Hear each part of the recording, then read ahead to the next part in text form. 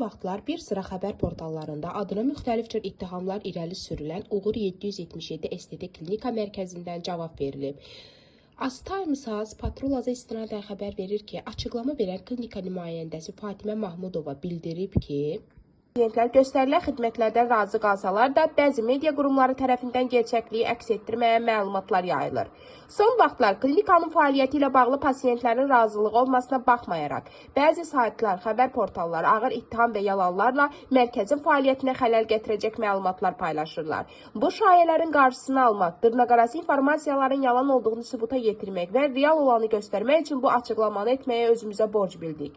Klinika rəhbərliyi açıqlamada mərkəzdə fəaliyyət göstərən həkimlərin Gülbadə Abdullayeva və Xəyalə İsmailovanın sahə üzrə müvafiq diplom və sertifikatlara sahib olduqlarını, prosedurlar zamanı istifadə edilən avadanlıqların isə peşəkar səviyyədə olduğunu vurğulayıb. Eyni zamanda 8 ildir fəaliyyət göstərən mərkəzin uğurlu əməliyyatlarının pasiyentlər tərəfindən yüksək qiymətləndirildiyi də qeyd olunub.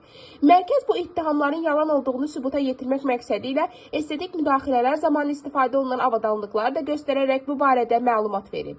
Xatırladaq ki, klinikaya qarşı səsləndirilən iddialarda qeyri-peşəkar müdaxilələr, prosedurlardan sonra ağırlaşmalar, vəd edilən nəticələrinin yerinə yetirilməməsi və şikayət edən pasiyentlərin susturulmağa çalışılması kimi yalan və əsassız ifadələr yer almışdı.